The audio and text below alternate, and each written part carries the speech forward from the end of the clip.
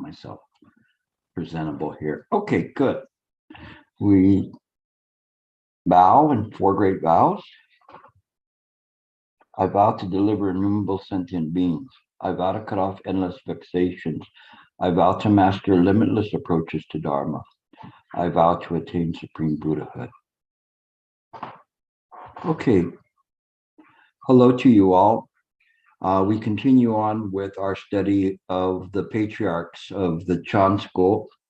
We are now on number 5, Hongren, and he was very, very close to Daoxin, and they. I had mentioned before that Daoxin had established the East Mountain school, and the school had these twin peaks that were there, and Hongren continued on with that school and actually moved the schools to the second peak that was the easternmost peak, and continued on with the study. He became quite popular, and was popular in terms of that many of the monastics from that era had studied underneath him, at least had gone to attend the East Mountain monastery, and it was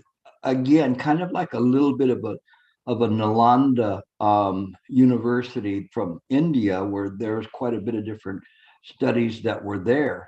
Nevertheless, it retained this essence of Chan and of mind. And when I was preparing for this class, I was thinking about what makes this manner in which I present the Dharma more unique and more emphasized. What is it that is emphasized in the manner in which I present the Dharma? Anybody want to chip in here? Direct pointing to mind.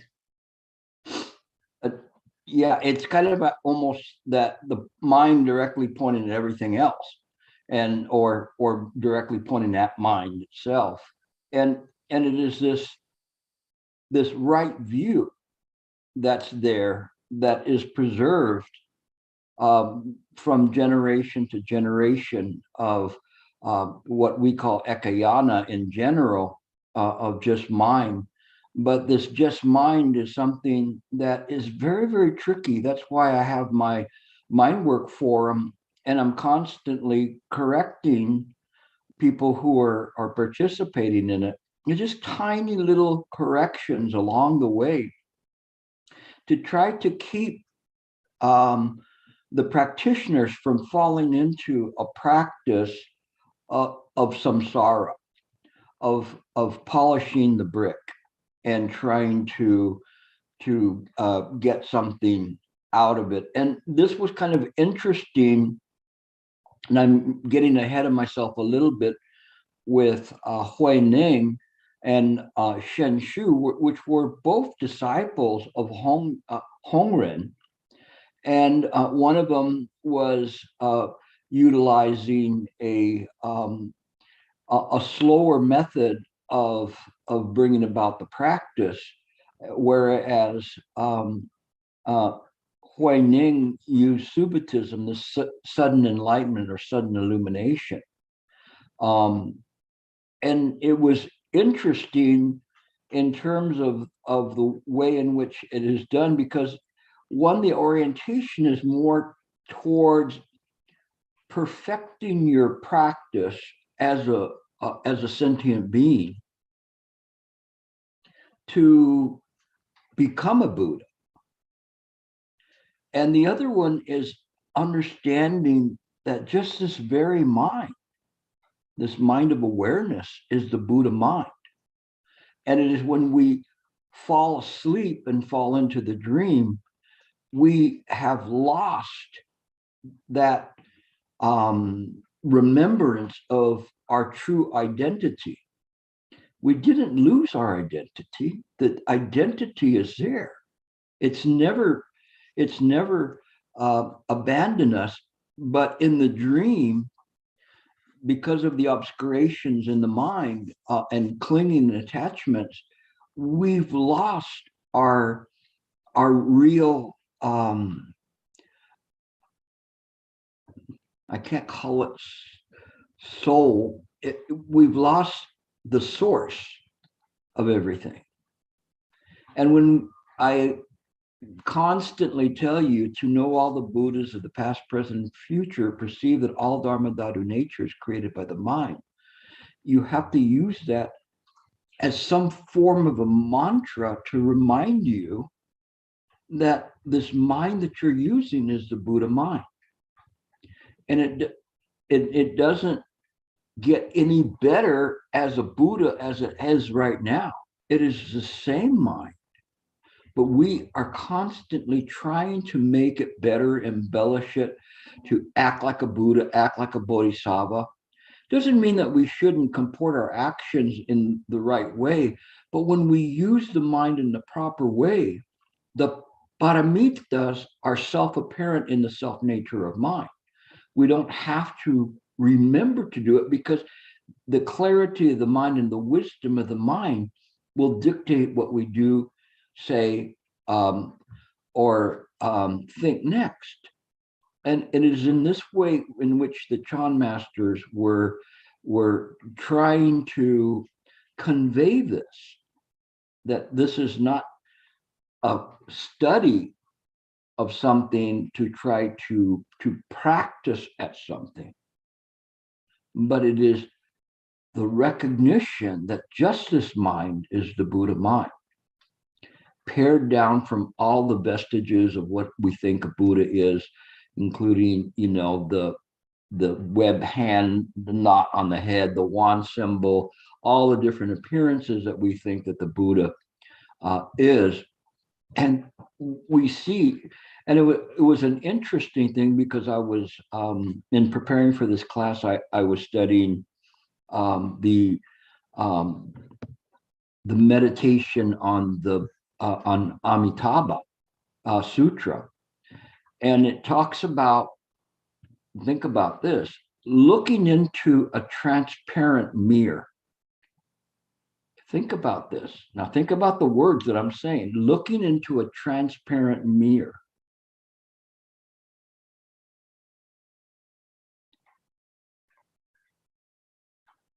It kind of stops you there for a second, because you say, what do you see, right? Because it still says it's a mirror. It's not saying looking into a window, but it's saying looking into a transparent mirror. And that's the esoteric aspect of the Buddha Dharma. Is so incredible. I mean, it's so absolutely incredible to say something like that, because you just look at it and go, well, wait a minute, you know, how can I look into a mirror in this way? And it's kind of like those police shows. They have a mirror on one side, right? And you can see through to the other side. So what is in fact being reflected, right? Phenomenally. It really gives a great openness for contemplation when we think about that, to looking through this transparent mirror. Very amazing. So I wanted to give you that as a starter, so that you understand, you know, why this type of a practice is so critical, so important in terms of doing this, because we are practicing mind itself. We're not trying to practice so we can touch mind or see mind. How are we going to miss it? Just stick your hand out and you run into mind. It's just there. And so when we see this, this is all that all of these ancient masters have been talking about. I better go on to my subject, or else we'll not have enough time for that. Hongren was born into a good family, except for the fact that his father left the family, and then eventually they turned the home into a temple, which is kind of interesting, which meant they probably had more than one home. But he left, depending on which anthology or chronology you read, either at 7 or 12 years old, and to begin to study, become a monk. And he had an encounter on the road with Dao Xin, who we've talked quite a bit about here. And it said Dao Xin met Hongren on the road to Huang Mei. Dao Xin asked his name. Hongren replied, I have an essence, but it is not a common name. So he's saying, I have an essence. So he's asking him, what is your name? But by giving him his name, he would belie his own practice, which is that this, how do we name the Buddha? We don't, that's why they talk about thusness, because we can't really name the Buddha the Buddha. The enlightened one is what you're using right now, the Buddha mind. But we cannot give it like Buddha 1 and Buddha like 322 or whatever. No, it isn't that way. So it's a very precise response to him. So maybe he probably didn't know who Dao Xin was, but he's just practicing in this way. And the Chan master is, what name is it? Hongren said, it is the essence of Buddhahood, meaning that it cannot be given a name. Dao Xin replied, have you no name? Hongren said, none, because the essence is empty. With this, Dao Xin passed on the teaching in the robe, making Hongren the next patriarch of Chan. I'm sure there was probably quite a bit more that was going on, but this was a very short passage here. And it's been this passage, if you look at anything on Hongren, you'll see that's what is presented. And actually quite a bit of what Hongren is teachings and stuff, you'll see that it's parroted all through different ones because they get it from the same source of the anthologies that were there describing the patriarchs. And there was like two major ones that we talked about. The Annals of Transmission of Dharma Treasure. I think there was another one. But in any case, Hongren is known for this treatise of the essentials of cultivating the mind. This is good stuff that he did. And his basic teaching was that the mind is pure, but obscured by discriminating thoughts, false thoughts, and ascriptive views. Eliminating all of those and maintaining a constant awareness of one's natural enlightenment ensures nirvana naturally arises. So this maintaining a constant awareness, this is what I'm always emphasizing. And anywhere you look, if we read the sutras or we read a treatise, you'll see it's not something I just made up. Although in my own practice, I discovered the great value of it, the infallible value of using it. And that's why it's always repeated. And so this maintaining this constant awareness, we begin to practice it in meditation. And Hongren was very good in this kind of teaching meditation to be able to have this kind of a constant awareness. But if one has this constant awareness, the mind does not stray too much this way or that way or past to future. It stays in the present and stays on task and on function. So this is very, very important. When we meditate, this is what we're doing. We're staying on task, we're staying on function. It's easy. We don't have to do anything at that point. The problem is that when we're there and we start meditating, we get bedazzled by all the stuff that's there or frustrated with all the stuff that's there. More often it's frustrated with all the stuff that's there that comes up. And I like to call it flopsome and jetsam and on the sea that's there. And we become so occupied by looking at it.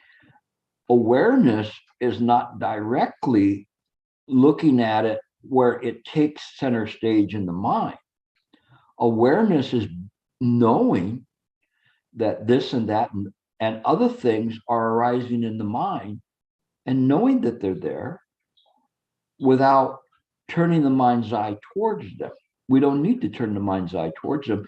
And the more that we can sit in this way so that the arising thoughts are coming up and we don't jump at them, then the mind will be more clarified. It will actually, everything will appear to slow down because the mind will speed up. So the mind will speed up to the point of being able to pick out all of these things that are arising. And what's interesting is as it speeds up, it says, oh, it doesn't say it in a linear way. It knows it via its own gnosis, Gnosis. It's knowing that these things, where they come from. First, it knows that they're coming from Pratika Samapada, but then it knows that they're coming up because of things from the past, but then it can go even deeper and deeper as it clarifies. That's why the Buddha, at the Buddha's level, was able to tell people why so-and-so was appearing or why this person was doing this and how many lifetimes passed that these things were set into motion. Now, that's not easy for us to do, nor do we have to try to create that or mimic that. Mimicking that would be foolhardy. But there's times when we get feelings for things, this intuitive side. We don't try to cultivate the intuitive side, but we know that the intuitive side is there. And so you can feel that's there and try to understand what's happening in the present moment with this wisdom. So this is maintaining this constant awareness. Now, he talked about true meditation techniques. And the first one is to look to where the horizon disappears beyond the sky and behold the figure one. Now, we're in the Chinese culture, and those who are Chinese, can you, with your finger in the air, draw the figure one? Nobody knows how to draw the figure one Chinese. All right, I knew Robert would get it. All right, even Lewis is doing it. So, so in any case, it's a line going this way. And so think about what he said. He says, look to where the horizon disappears beyond the sky and behold the figure one. So if you're looking at this, and actually this was a very good method, if you ever want to go to the ocean and sit by the sea and look out, it's a very powerful method to be able to look at the horizon in this way. You'd be very surprised what happens with that. It gets to be very esoteric, but if you do it in a sincere way, it can be very, very powerful. But it's this kind of an idea of just seeing this plane. When we sit to meditate and do our wall gazing, then we just simply see whatever's there. If you want to use it like a method where you imagine the figure one or a line that's there, you can do that. You don't really need to. You just simply have to use the wall gazing. I think Hongren kind of added something to this. It's kind of like watching the breath, and all of a sudden somebody says you need to count the breath, and it's just something to keep the mind stabilized. But you don't really need to, as long as you're just aware of what is arising. So you have to practice being aware without engaging in cogitation, without thinking. So When we sit with the idea of not thinking. And the way we do that, you'd be very surprised, but the way we do that is by not thinking. It's easy. How hard is that? But we go, oh, I understand. No, that's thinking. Don't think. Just sit. Because that's all you're doing in meditation. You have no other function. You're not going like a Viking looking for Valhalla or whatever. You are there, and you're not looking for enlightenment. You're just simply sitting. And this is what Hongren is telling us. Now, we'll continue. He says, it is good for those beginning to sit in meditation when they find their mind distracted to focus their mind on the figure one.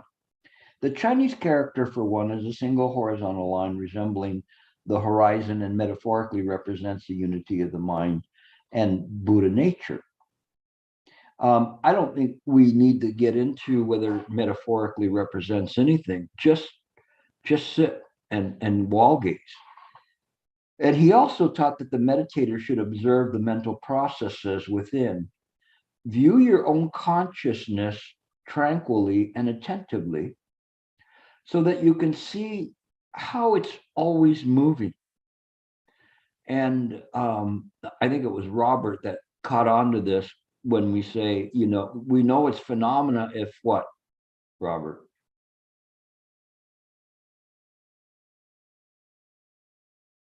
Oh, you have to. It's a dream. What's that? It's a dream. The phenomena is a dream. Yeah, but how do you know it's a dream that's appearing?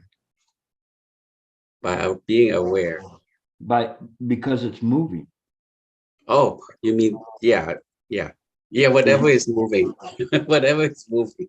Yeah, see, I had to remind you about your epiphany from a long time ago. Now you have a second epiphany on it. That was 4 years ago. I know, but don't fall asleep. You got to remember what you said 4 years ago. How could I remember that? The parrot is getting old.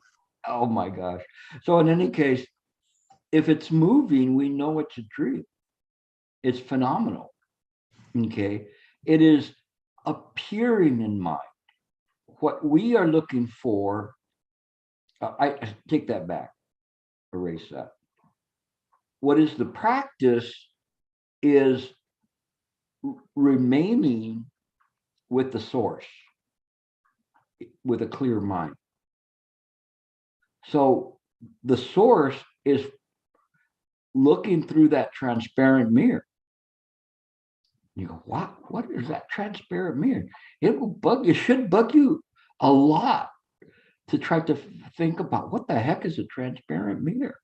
But that fits perfectly in terms of this. Okay. So he says, so you can see how it's always moving like flowing water or a glittering image until its fluctuations dissolve into a peaceful tranquility. This flowing consciousness will disappear like a gust of wind. When this consciousness disappears, all one's illusions will disappear along with it.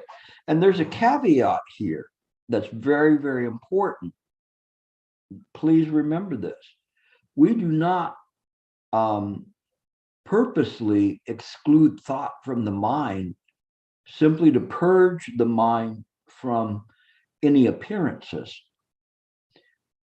We are capable of doing that, but this is what Shifu called going into the devil's cave, meaning that you just bring your mind to, not to the source, but to the actual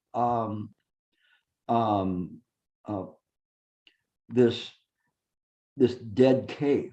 There's somebody with a question. I don't recognize the name. They disappeared.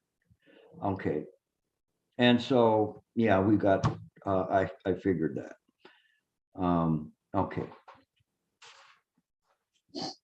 Now, Hongren, as I mentioned, had the two disciples. One of them was Shen Shu, and the other one was Hui Ning. Shen Shu developed the northern school, the gradual school, and Hui Ning did the sudden one. And from his progeny was Shito Matsu, Shen Hui, who was his, I guess, picked up as his main disciple. I think he wanted to become the seventh patriarch, and a little bit and Ling Chi, and also Zong Mi, who was with the Huayan school. And in those, so we're developing deeper and deeper understanding, more profound understanding in terms of what's there.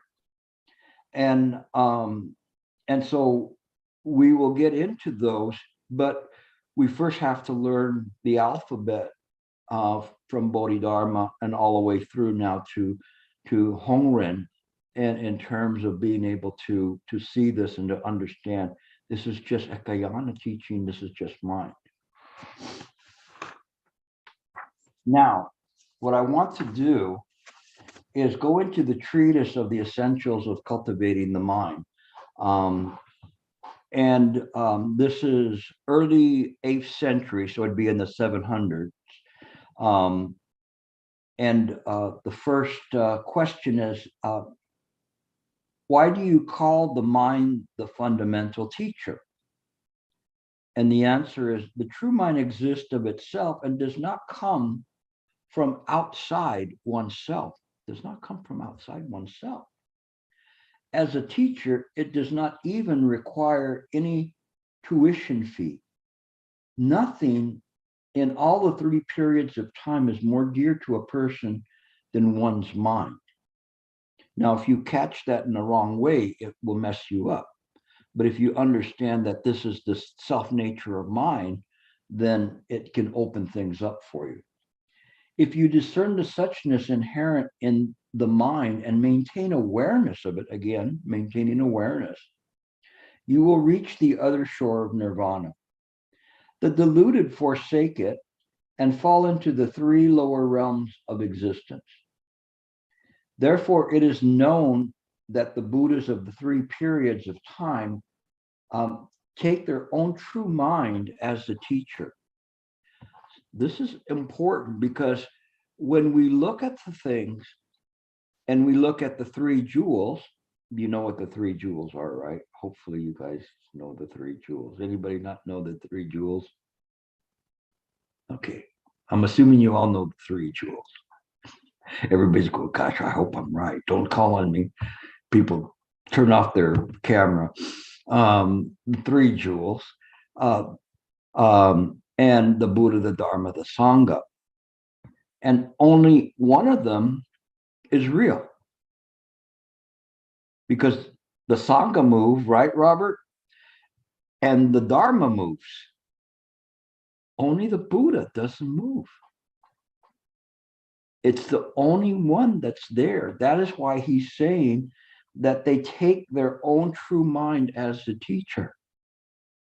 So when we look at things, even if we're practicing and we study, and we should study the Dharma, but we should not have the idea that this Dharma will directly lead us to enlightenment. Rather, we should stress by immediately turning the mind's eye inward that just this mind is the Buddha mind, and start from there. And so that's the important distinction in terms of it. Then the Dharma will make sense to us. If we don't, it will kind of make some sense, but it will not lead us to this sudden illumination of the mind, because it is using a samsara conception to try to break through something that's inconceivable. It's not possible. But if we simply accept from the very beginning, just this mind is the Buddha mind, and sincerely and with great faith it can begin to break down things very, very quickly. And he says, hence the treatise Vilamakritti Sutra says, the existence of sentient beings is dependent on the waves of false consciousness, the essence of which is illusory. By clearly maintaining awareness of the mind, the false mind will not be activated, and you will reach the state of birthlessness. Therefore, it is known that the mind is the fundamental teacher. So then it says, next question is kind of an interesting one. It says, why is the mind of ordinary people superior to the mind of the Buddhas? And you go, wait a second, what are you talking about? How can that be? Why is the mind of ordinary people superior to that of the mind of the Buddhas? Would anybody want to delve into this and say why they think it might be that way? I'll give you a hint. You could reference a sutra. Nobody?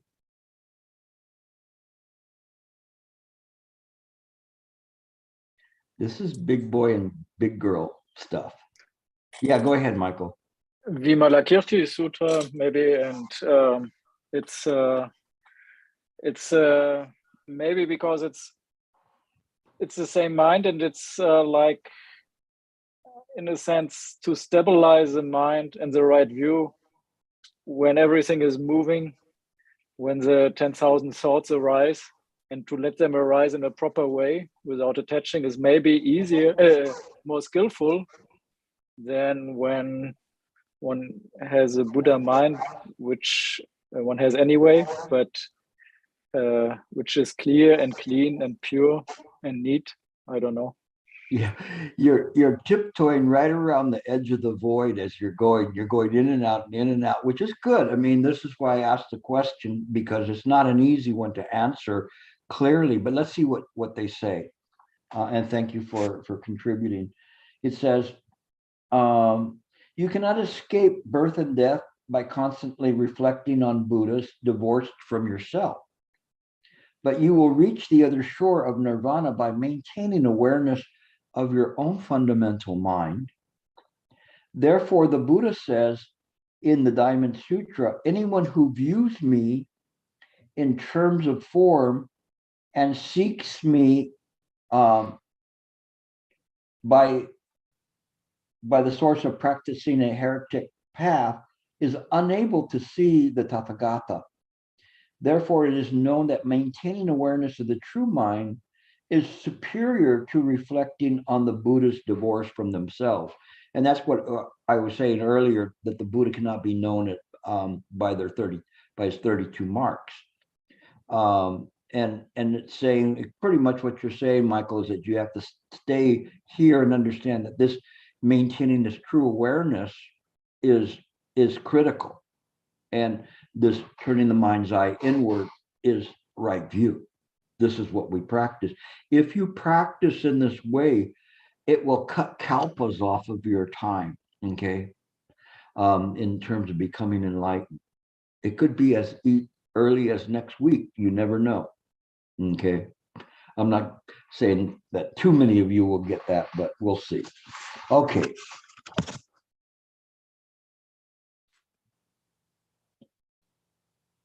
Another question. If the true essence of a sentient being and the Buddhas is the same, then why is it that the Buddhas are not subject to the laws of generation and extinction, but have incalculable pleasures and are autonomous and unhindered by their activities, while we sentient beings have fallen into the realm of birth and death and are subject to various kinds of suffering?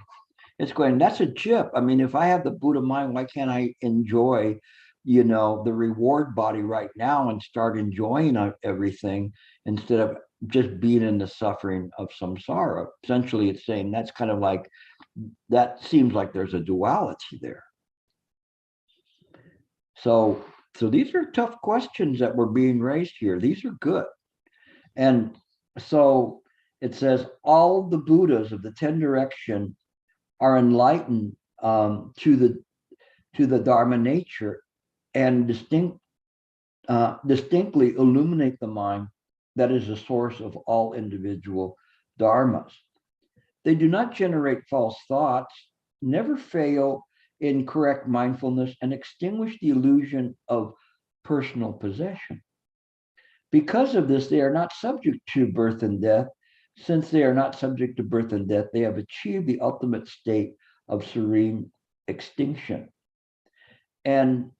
But what's important here is that you have to emphasize that the Buddha mind, this mind is in harmony with itself. And that's important, that it's looking into the self-nature of mind, understanding the self-nature of mind, and via body, speech, and mind is perfect in its responses.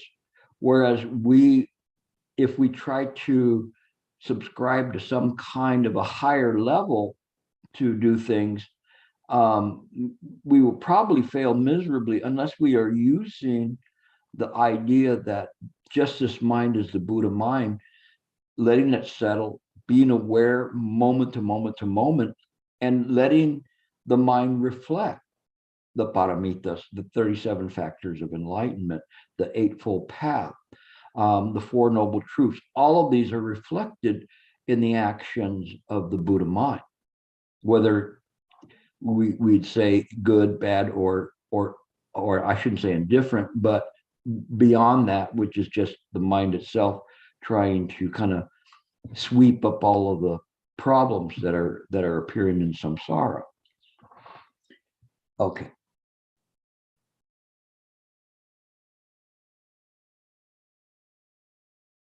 And then he said, make an effort. If you maintain awareness of the true mind without generating false thoughts or illusions of personal possession, then you will automatically be equal to the Buddhas.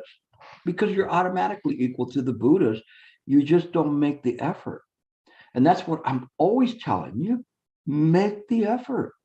When you sit to meditate, meditation is easy if you make the effort. Life is easy if you make the effort. When I don't understand that, then I suffer with the best. When I am aware, then I don't cause harm. I'm in harmony with the self-nature of mind. It's a choice. And it's something that we want to experience some enjoyable result from things. And as a result, when we sit to meditate, we're looking for some form of bliss or some deep understanding or high-fiving the Buddha and going, good to see you here. You know, you made it great, you know, and you're there. But don't do that. The mind is ordinary. It's just common. No, there's nothing special about it. When we look at it in this way, it brings us closer to actual, what we call absolute reality, than doing it in any other way. Okay, we continue.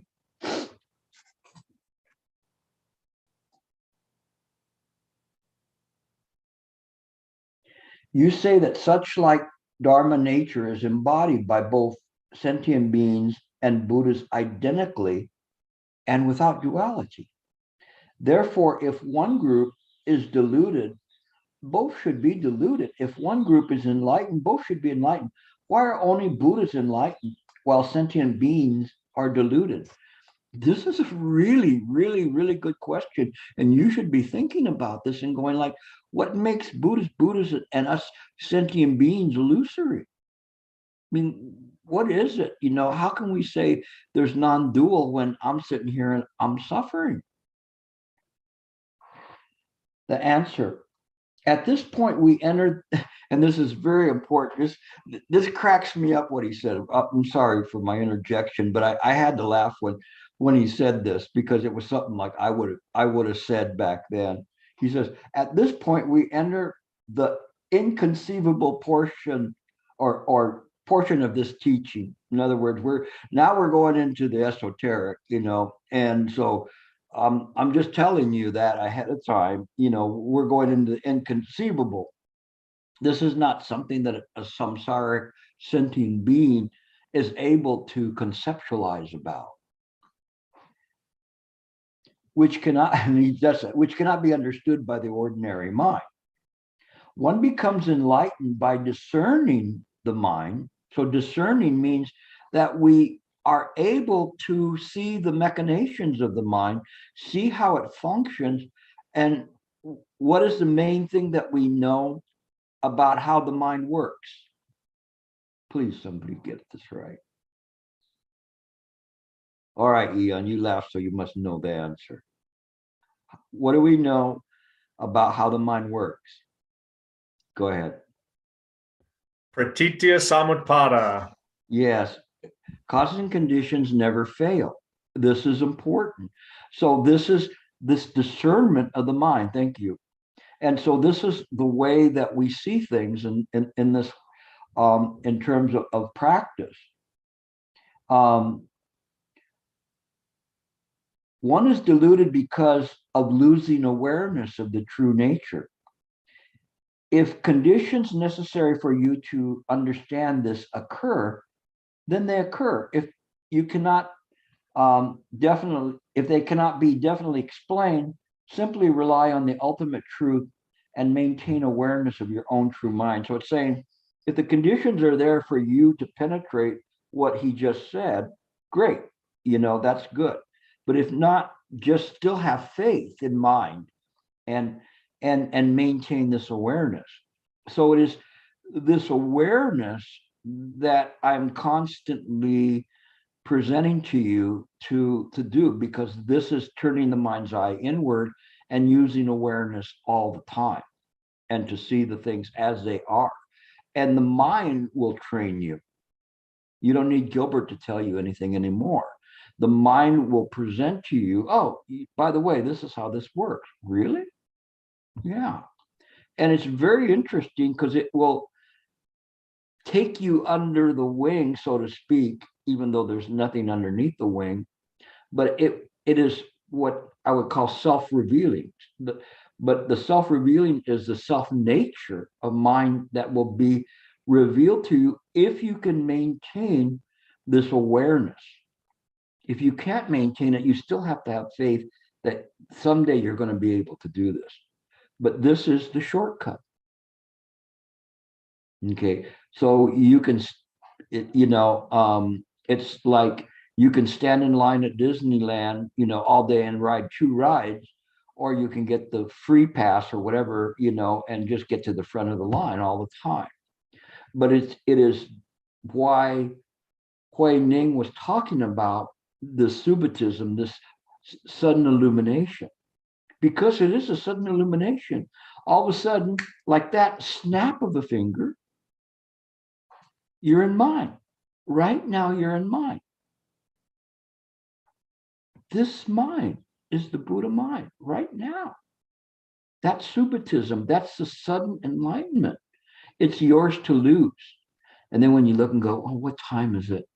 Oh, then you lost it. No, but you can get it back. Snap your fingers, you're back again. So it's working in this way. I wish I could talk to you guys for like 12 hours where you wouldn't pass out, because I've got so much material, and I feel like I'm rushing through this. And it's kind of like in the European countries, how they feed geese, and they put the grain down their throat with a machine that grinds it and shoves it down their throat. And sometimes I feel I'm doing that to you, and I apologize. I just trying to get through as much of this material as I can, to maybe find one facet or another that might be a realization to you. Okay.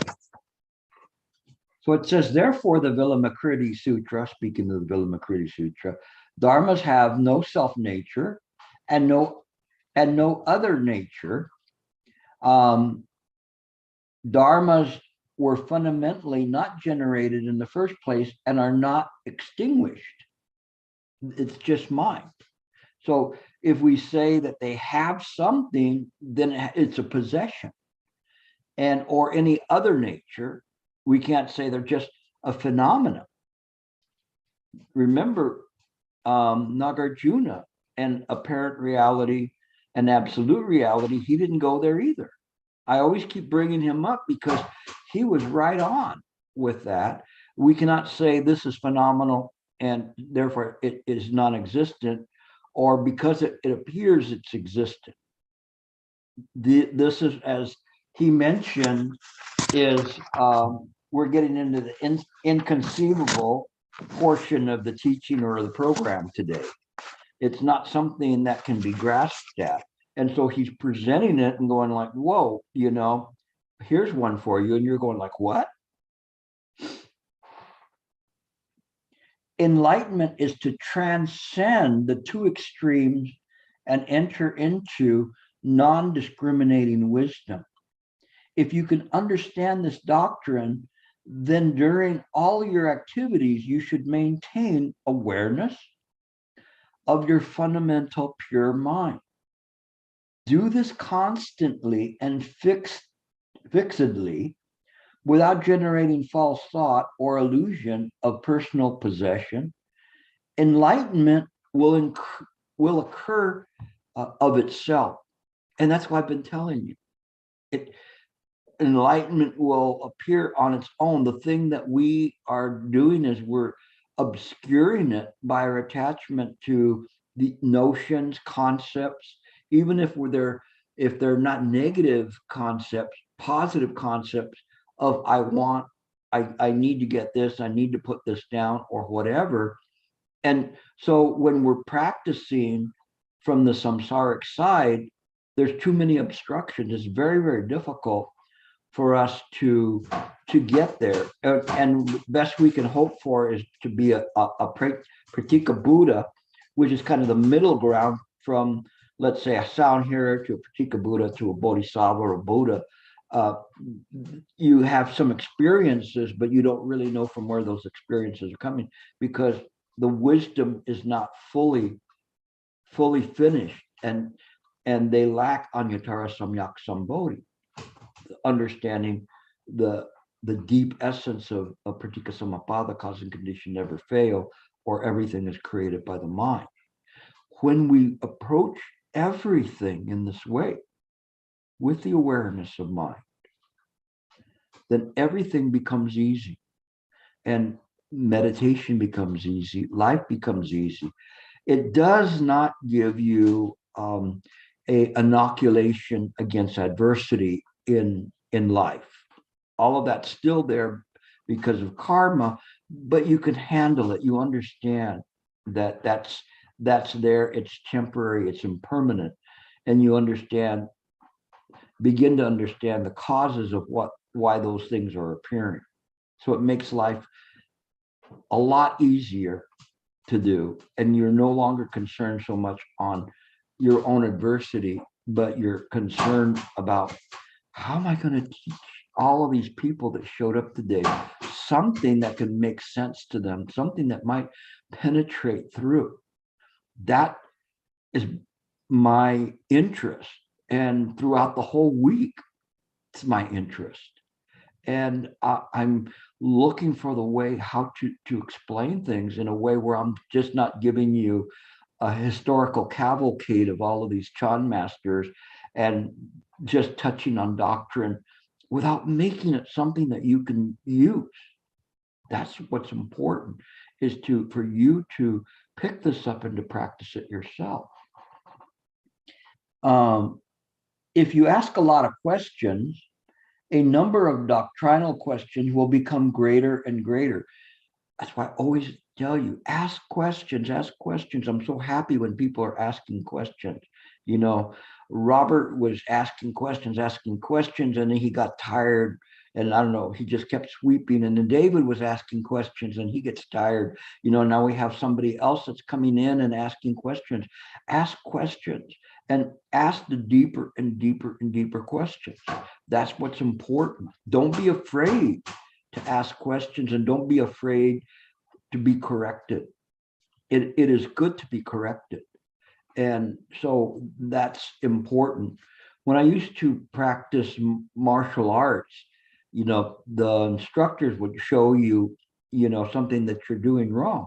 I was always so happy because by somebody exposing a weakness or a tendency or whatever, then I knew I was getting closer to getting better in terms of doing that. But if somebody just says, oh, that looks nice, that's pretty, that doesn't help you at all. But by these tiny little corrections, and again, here we're talking about these doctrinal questions will become greater and greater. Now we've got a dialogue that's going on that's at a very high level for the past few days.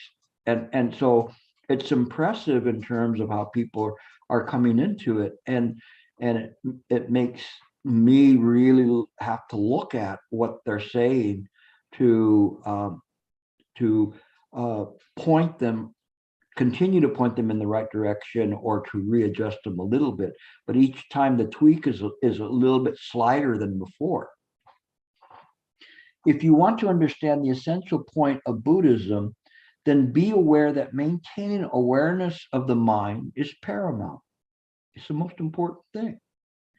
Maintaining awareness of the mind is the fundamental basis of nirvana, the essential gateway for entering the path, the basic principle for the entire Buddhist canon, the basic principle for the entire Buddhist canon.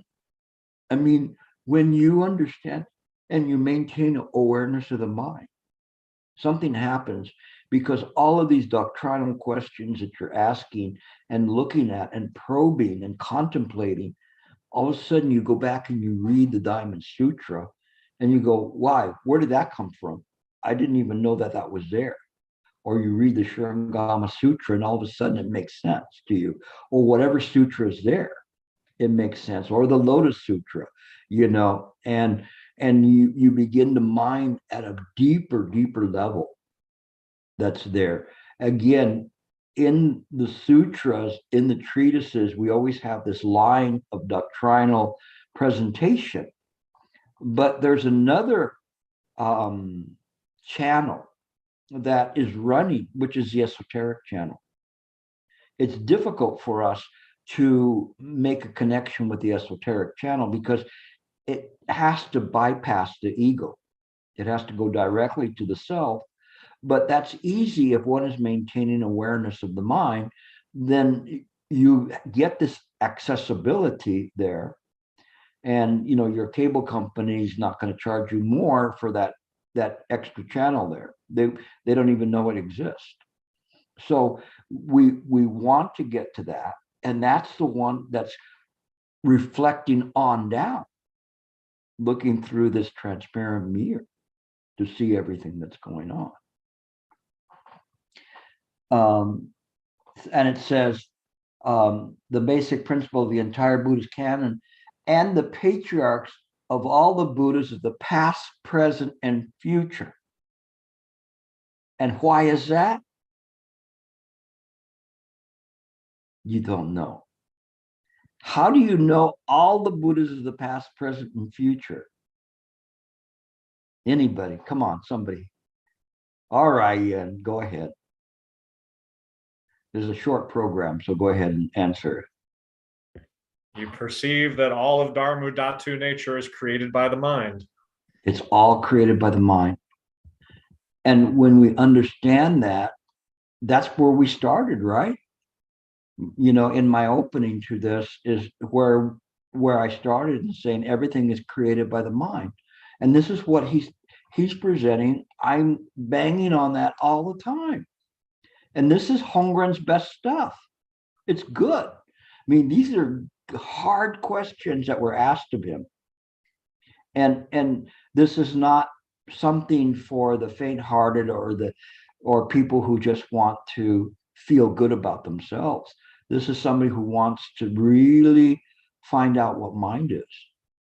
And so that's what we're dealing with here, is this kind of a practice. And we see that, and we see these refrains that these masters are saying, and those refrains are there for a reason, because they are the pivotal part of the practice. And this is the part that Ning picked up on and went, oh, he was a proponent of this gradual before Hongren. And then all of a sudden it was Ning picking up the instrument and going, hey, you know what? This can play this. And I don't even need the strings to make it play music. And so Hongren says, go to it. And so it's an interesting thing. We didn't talk about the political aspect of that, but that will be for another class. But I think that this part is important. Let me see if there's, because that was only part one of this treatise on the essentials of cultivating mind. Let me see if I can squeeze one last one.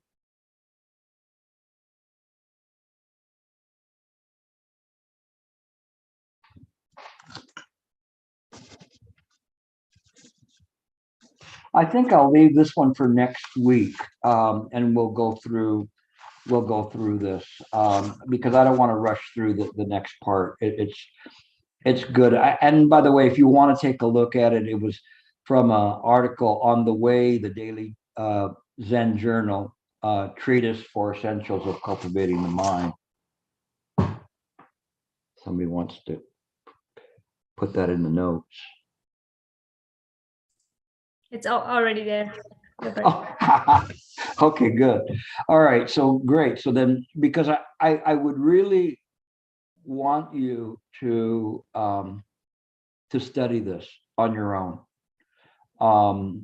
Keep this one. This is a keeper of a treatise for many reasons. One, historically, and then doctrinally, and doctrinally, it shows that there's a point where samsaric doctrine is has to be abandoned when we get into the inconceivable, and you have to listen to the heart of mind, and that's important. You all have it. You all have this heart of mind. It is not yours, okay? It is just the mind that permeates everything. And this is the part that I was trying to have people contemplate, is what is this sentient being that has consciousness? Is there really a being there or not a being?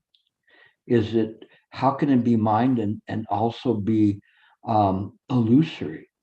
And you need to probe those questions to penetrate further. And the more and more that you do that, when you are probing those questions, I will tell you that it is impossible for you to have any other thought. And when that happens, when you don't have thought, then the answer comes through the esoteric channel. Okay, but you have to really do your best with that. Okay, all right. That'll be the lecture for today. We'll continue on next week.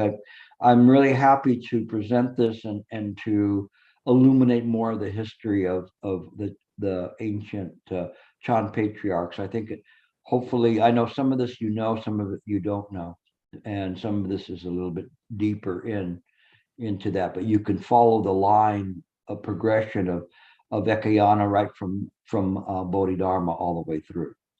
Okay. Answer questions.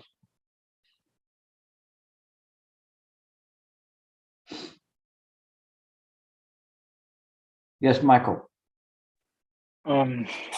Yes, thanks, Gilbert. My question is about the right effort. So you pointed out that in a way we are always using this awareness, but sometimes we lose it, and then we cannot maintain it. So, but on the other hand, it's all mind, also when it's losing the awareness. So I wonder, how does the right effort relate to ignorance? And is it as if one is moving in samsara, one needs a certain type of right effort? to maintain it, to maintain the right view. Otherwise, yeah, something like this. So I don't know what my question is, but I guess. No, I understand your question. And it is like this. The right effort is you don't put too much pressure on your thumbs and forefinger, and you don't make it too lax because it will not work. But if you hold it just lightly touching, this is the right effort, okay? So this can represent many different things as you all go, oh, well, that, I recognize that. That's the, Dharma drum symbol. Yeah. And it's much more than what we think it is, and it represents our, the Buddha's oration, and speaking, and you've got the three jewels there, and you got the person meditating, and you got the illumination. But the right effort is trying to figure out how much awareness you put in, effort in awareness you put in to the present moment. In the beginning, you have to put a lot in, okay? You have to put a lot of mental energy. If this is the energy to keep the mind in awareness, it has to be up here, because otherwise the thoughts will start coming in. But this will suppress the thoughts by doing that. But little by little, by holding it lightly, you're able to drop down the amount of mental effort. That's why they call it the right effort. It is not necessarily just simply, it has many different meanings. One of them is the right effort, meaning it is directed towards the right practice. But it's also directed towards the amount of effort that you use.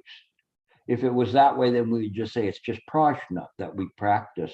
But it's the right effort of dropping down the amount of mind energy that keep it in the present moment. So that after a while, we bring it down, and this will not arise. And it will stay in this kind of a harmony. And this is where I always talk about, have you heard of the man of the Tao who has nothing to do? Or Shifu's busy doing nothing, because it is effortless. It is this hot knife through butter that I talk about, that you don't have to use too much. And your question is a very, very good question. And it pertains also to meditation, okay? And it pertains to it in the way that we don't have to try to push thought out.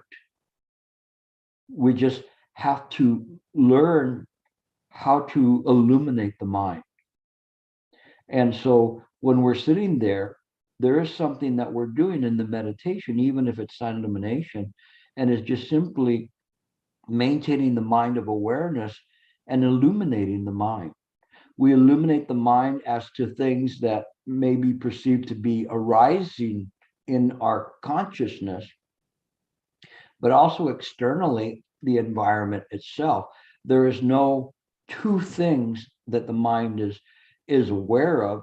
All of that is mind. And when we understand phenomenally, all of that is appearing in mind, not in here, but in mind, then this is applying it with the right effort, the prajna to be able to do that. And we kind of pull back a little bit. Now, when we start losing it, then we add a little bit more mind effort, okay, to keep it there. So it's going to be up and down for a while, but when you get it right, it's a thing of wonder. It's you run right into the wondrous function of the mind. I mean, it is just there, unless you say, wow, this is really cool. Boom, you're out of it. So you have to really try very, very hard to be careful about that, so you don't enter into anything like patting yourself on the back. That messes it up real fast. But if you can avoid that, then the mind will, once it gets to the state of equanimity, it wants to stay there. it is its natural, I hate to call it abode, but it's its natural harmoniousness of the mind itself. It wants to stay there. And in that illumination, it wants to harmonize the environment around it, to include that, including all of you, harmonize to share that. So hopefully that will help you out. Okay. David. Oh, okay. Thank you, Gilbert. My question is sort of related to the question that I asked the other day here. And it's basically that I sense that there's a lot of the self or David that gets really involved in this, and there's so much interference and everything. And I'm wondering if does David have any place in all this, in contemplating mind and everything? Or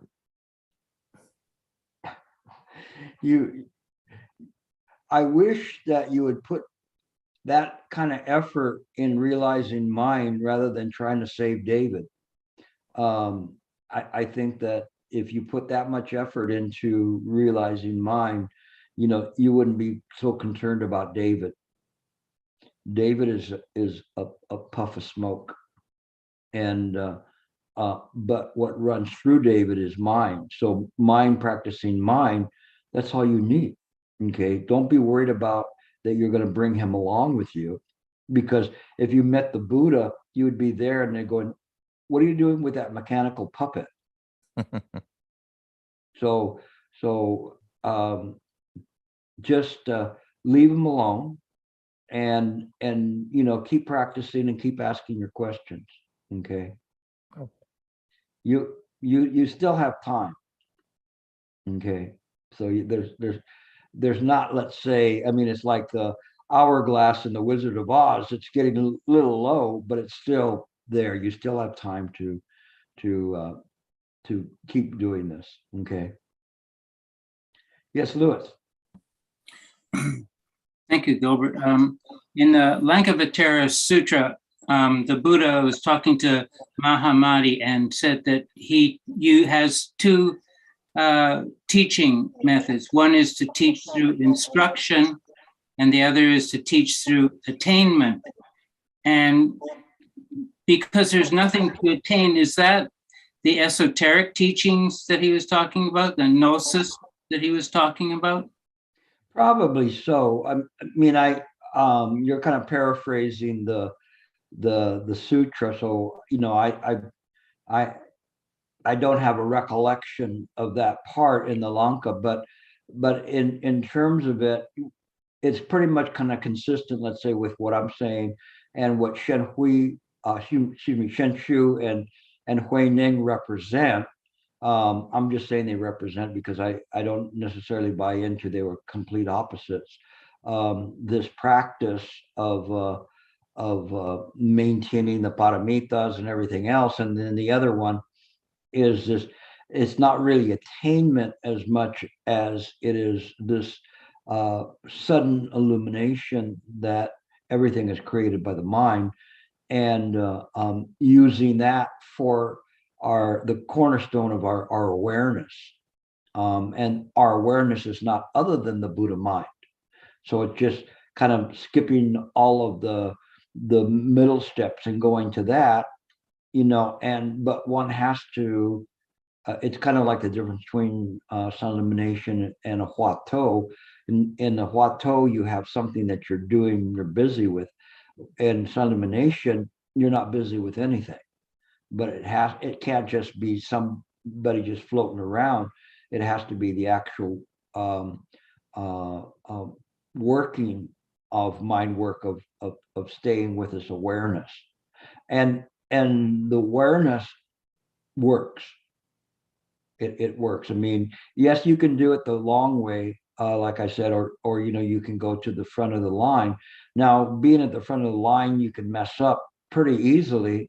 But it's okay as long as you continue to do it. That's why he was saying in there that the questions that you ask, your doctrinal questions, become more profound as you go along. And so we see that in terms of that. And I see that in all of you when you begin to ask questions. You know, the first questions you ask are very rudimentary, and then later on they become deeper and deeper. And that's important because this is what we call as a maturation process. But I would say that I don't know about that particular passage there, but I've kind of explained it in my understanding of what you're talking about. Okay. Thank you, Gilbert. You're welcome. Wei Shan. Gilbert, I question about the, sorry, this is not totally related to this class. Inquiry into matching halves. Two questions. The first question is, I heard in one of your lectures, past lectures, you mentioned it's a part of a Chan poem. Is it the one that's by Shitou, Xu Qian? It Title might of the be. poem. It might be. I don't recall. Sorry, that because I'm translating for you in June and I'm freaking out and No, you'll be fine with that. You just have to understand, you know, you're coming to this class and listening, you know, on a weekly basis. You know what I'm talking about, you know, so there's no surprises there. Don't worry about whether I quote something or I don't quote something.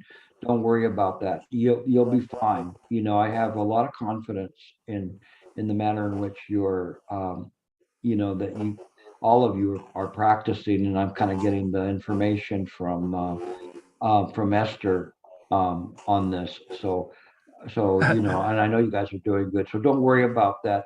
The matching halves is I kind of love that because it requires one to contemplate what those halves are, and an understanding that being a half, it requires both to be a whole, and to be a whole is actually just a whole in mind. You can change that from whole with a W in front or an H in front, and it is just something that we look at, and we see that there's this awareness of mind, that awareness that doesn't move. It sees the things that move, and that's the matching halves. And so that you have the Dharmakaya on one side and the Ruzi on the other, that is looking at mind. When we are practicing, that's precisely what we're doing. We're using the awareness of mind to be able to see that clearly. And so that's all we're doing is this matching halves. We're just using the mind to see mind. Oh, so the two halves are Ru Zhi and Ru Jing. Yes. I like the way I said it better, but it's not correct. No, I like the way you said it. No, but it's good. Yeah. So you know, that may come up or may not come up, you know, in terms of what I'm doing, but don't sweat anything, you know. You'll be fine with all of that. I'm working very hard from now I on. understand. I understand. So Thank you. You're fine. Okay, maybe or maybe. There you are. Thank you, Gilbert. Hi. It's May. Yes. So I'm not quite getting it, or maybe my internet keeps cutting out. Maybe I just didn't hear it. I'm not sure. But Yes, like, just speak slowly. So we have being mindful, being more time, and so this is a separate thing. Hello? I'm hearing part of what you're saying. Did you say something about Nian Fo? Can you hear me? A little No? bit. You're coming in like you were on Mars. Maybe you can type. No. Maybe you can type your question, and we'll read it. I promise. Try that because I can't. You're breaking up too much. Okay. So I'll start from the beginning. Okay. We'll keep an eye out for it. Okay, Wendy. Thank you, Gilbert. So my question is about trying too hard. So what if you have the tendency to try too hard, so you can't quite do this? Yes, and that's why, your question and Michael's question is very similar. And it comes with practice. And, if you're trying too hard, you will know, because you will create a fatigue in your mind. Yes. And of trying to hold the awareness. And you should not have a fatigue. You should be as if you're just gliding through every scenario that you run into. And so if you want to sleep, you just sleep. And if you want to prepare food, you just prepare food. Whatever you need to do, you do that, and you're clear about it, and you even bathe better. And because you are remembering, okay, how am I going to bathe myself? And you even learn how to bathe yourself and find new ways of doing it, or whatever. I mean, everything is mindful. You can feel the drops of water on your back, the smell of the soap, all of the things there. And every single moment, whatever you do, the food that you're cooking will taste better because you're putting attention on it. So we don't have to put pressure on ourselves. When you're getting tired, bring it back down a little bit. Obviously, you're going to have the thoughts arising more, but it's okay. You'll find the area to do that. The more that you practice awareness on the cushion, the easier it is to have awareness off the cushion. Where it counts is you're not going to be beamed up by the Buddha on your cushion. Okay. You have more likelihood that you're going to achieve some realization off your cushion, but you won't know it because you won't be there. You're just the quality of your life and the quality of the mind stream will begin to smooth out more. Sometimes when I see people, when I feel them, it's like this, because they're so tense, and it's fatiguing to be around people like that, because they're hitting you, bombarding you with all of this energy. But then you try to calm them down, and there's ways that you can calm them, and you just use your heart to calm them. And I won't go into all of the qigong or esoteric ways of doing it, but you just calm the people down, and then so you create a better environment around you. And you knowing to do that means that you can calm yourself down. And so it isn't that the method is fatiguing, you're fatiguing and try to follow the method, but you should not do that. You should see the method as a non-fatiguing, and so you reverse it. The reason that it's fatiguing is because you're approaching it from the samsaric side. You're approaching it from over here. But when you approach it from this side, from the awareness, the gnosis of the mind itself, then you don't have to worry about what's happening over here. by its nature, it will settle down. So you just simply have to just apply just the right effort. Now, again, you apply more in the beginning, but then you begin to learn how to pull it back, especially if you feel like you're getting into a good samadhi, you back it off. And the samadhi will keep you right there. So don't worry. No, when you try too hard, then it messes everything up. But you have to put, as I mentioned, the right effort, and the right effort is knowing what effort to put in and what you should be doing with your mind. It will come together. You give it some time because you're new to this in terms of this practice, but it will come to you. I mean, there's a lot of people here that have been through what you've been doing, and so you just have to adjust to it. So I have a lot of confidence in you. Okay. Robert, you came in up for a second slot. Go ahead. Hi, Amitabha.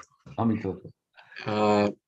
When a sentient being like me practicing awareness during a daily activity, how do I dial in from? It's like a sentient being in a dream is trying to trying to practice awareness. How do we know? It's like the awareness could be a dream by itself. How do you dial in or dial towards the looking inward aspect? Because sentient being, we are so much habit. We seems to be even dreaming as we are being aware. We are aware of so many dreams, and how do we not get caught up and dial towards the inward, the mind turning inward aspect of mind? You're always including me as a partner in crime. Who's the we here? No. There's no we. Okay. You are making it hard because you do not have enough confidence in mind. You have more confidence in your egotistical self than in the true nature. If you have put all of the confidence that you have in the true nature and let Robert go. Okay, you can send him wherever David sent his, or Lewis. I forgot which one of you, holding on to it. Just relax, and you have this. You have everything, and you've heard it so many times. The only thing is that you have no faith in applying it. But early on you did, and that's where you made great inroads, and then you kind of lost the way. And go back to what worked, and it will work for you. Okay. Just pay no attention to the man behind the curtain. Okay.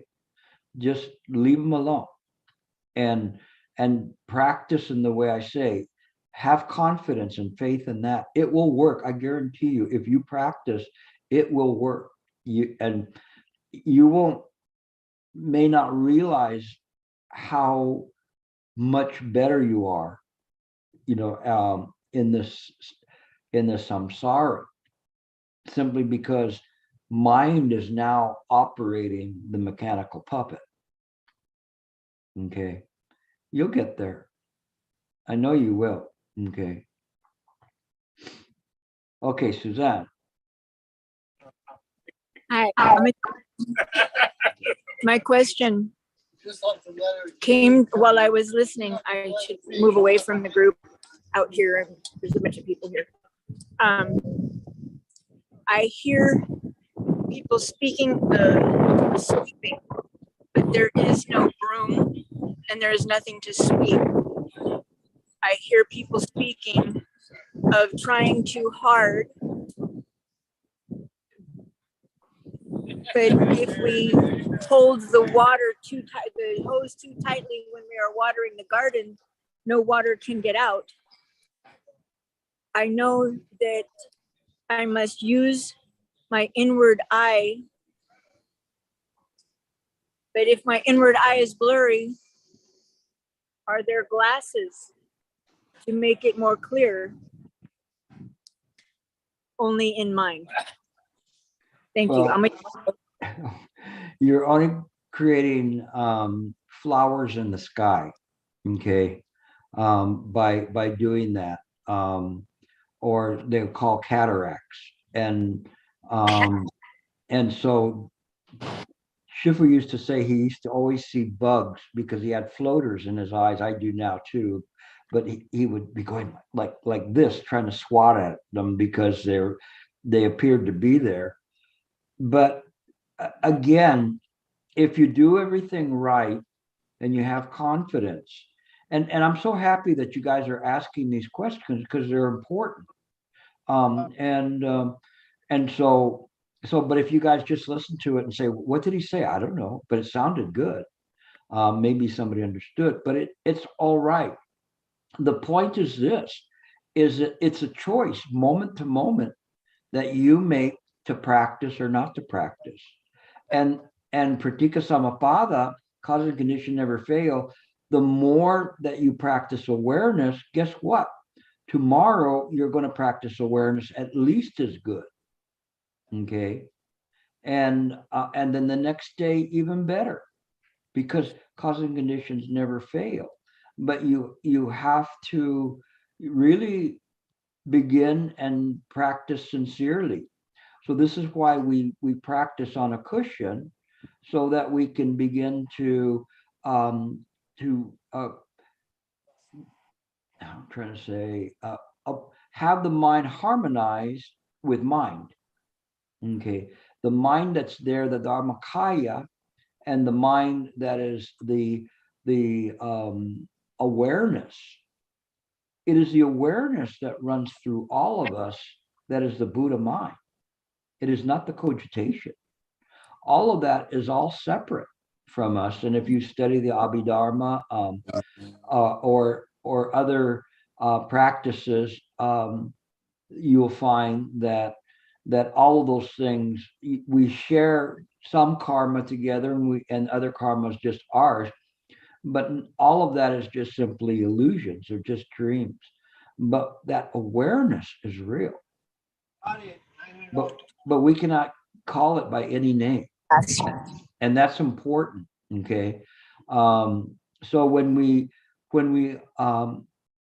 practice in this way, we no longer have the idea that there is any life and being that's there that needs to be saved, at least for us, but we have the interest in saving the illusory sentient beings.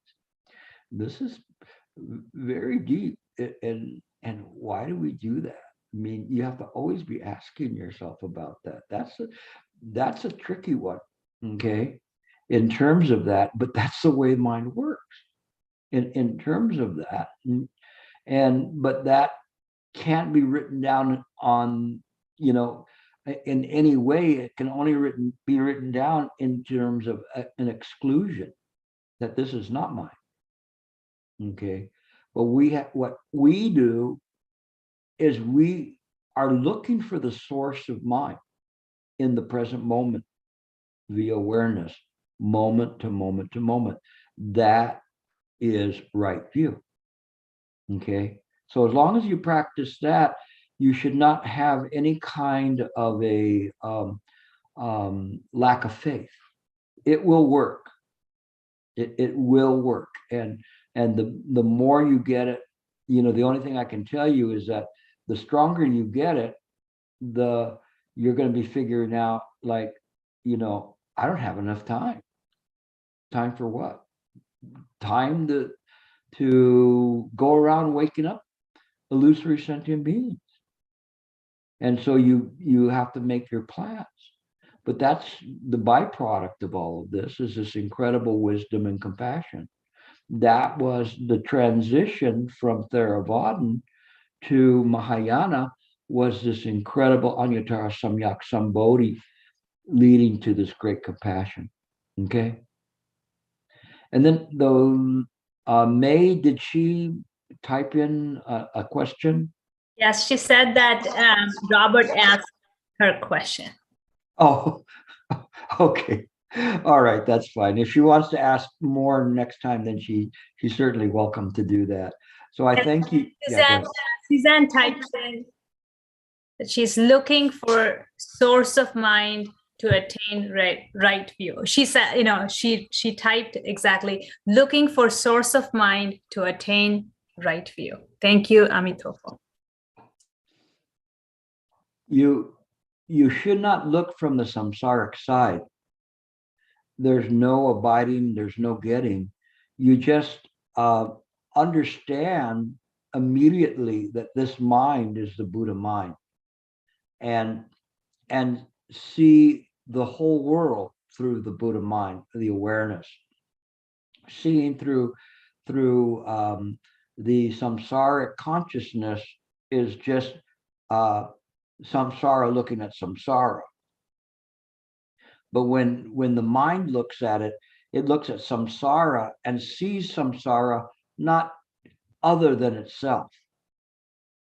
That's why they say that the Buddhas use the vexations of sentient beings to practice. It's all connected. Okay. So little by little, you will begin to understand that, but continue to ask your questions. Okay, we'll finish up next week. We'll start again and practice. Just keep practicing, okay? Amitofo. Take care, everyone. Good to see you all.